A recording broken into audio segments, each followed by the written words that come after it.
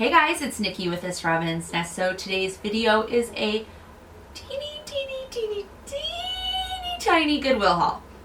Teeny tiny. And but I had a lot of fun going and looking through the bins. We actually went to the outlet, so it's where you dig through the bins and you really search for treasures. I found a few, not many, but a few. And I think on average, everything cost me around the dollar mark, a few cents more, a few cents under. They weigh things and then they charge you by the pound, so it just depends on how much your items weigh. And then I think my book was separately that I'm going to show you guys, and they charged me for a kid's book, but I think it's actually a book for an adult. I don't know, I'm pretty sure. So that was nice because it was an even less expensive rate. I didn't realize till I looked at my receipt when we were leaving because it was just such great prices. But anyways, the first item that I found is a movie, and it's called Joy, and it has Jennifer Lawrence, Robert De Niro, and Bradley Cooper in it. And I think this is going to be a great movie to watch for around $1. I personally don't go out to the movies, or our family doesn't very often, because I don't know if we're the only ones, but I feel like the prices of movies have gotten so out of control. It shouldn't cost like $40 to go see a movie for a party of 3. I just think that's insane. And it's really sad too, because that used to be one of my favorite things to do. One of the great memories I have as a kid is going to see a lot of movies. We had a local movie theater called the Liberty Theater. It was just really neat. I really enjoyed it. But we don't go see that many movies because they're just too expensive. And don't get me started on the prices at the concession stand. Are they insane? It's like $8 for a popcorn. I don't understand why they do that or why it's gotten so out of control, but I'm not spending $50 or $60 to take my family to a movie. That's ridiculous. $1 at the Goodwill outlet, I'm all over it. Redbox, I'm all over it. Family wants to give me a movie for a holiday, I'm all over it. So this movie, have you guys seen it? Let me know if it's any good. Joy for $1. I don't mind. If it's not, I will take a look. The book that I found, I'm really kind of bummed. When I looked this up when I got home, there's another book in the set. It's a collectible book set. They're older books. This is Wuthering Heights. And I found one book, and then I found a box that this would go in the bin. But I was like, oh, I don't need the box. So I didn't realize it was a set of 2 books that go for resale, a really good amount of money. This is it's in great shape too. I don't even know how it's in this condition. Wuthering Heights by Emily Bronte, 1943.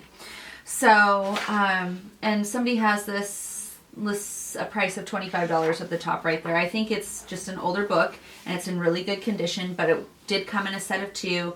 I did not know that when I found this in the bin. I just picked up the one because I thought it looked cool and that it might have some value, and I was right. This is a good old book to have, but I wish I would have grabbed the other one. Okay, moving on to clothing items. I wanted this t-shirt at Target for the longest time, and I just didn't have a reason to buy it. Like, I didn't really need it. It was just one of those things where it was like, that's cute. I like it every time I see it, but I didn't pick it up. And I found it at the Goodwill outlet, and it says, "But first, coffee." And it's kind of like a little muscly tee, and it's by the brand Fifth Sun. It's in my size. It was so perfect. It was meant to be. I don't know how it happened. I'm putting this away for the spring and summer, obviously, your workouts. Right now it's too cold for it, but what are the odds that I found it at the Goodwill? Pretty good, apparently.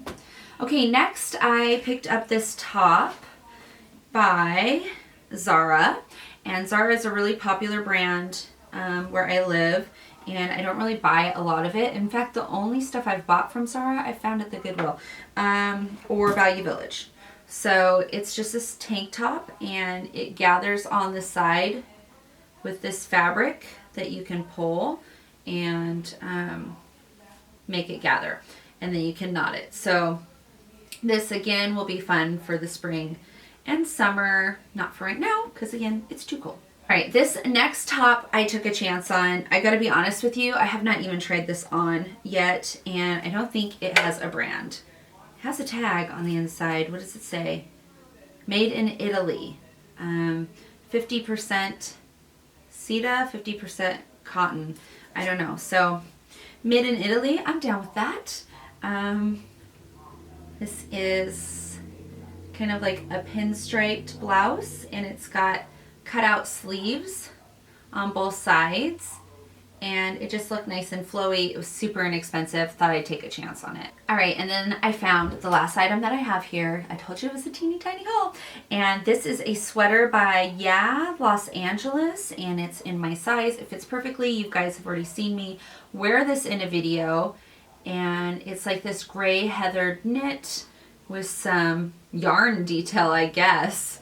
And that's what it looks like. And it's really comfy, cozy sweater. It fits perfectly. I absolutely adore it. And everything I picked up was super inexpensive. For me, it's kind of just the fun of finding stuff and finding things that I wanted, but I didn't pay retail price for, because I'm kind of like this. I'm like a big walking oxymoron, right? I love to treasure hunt and find things for really inexpensive.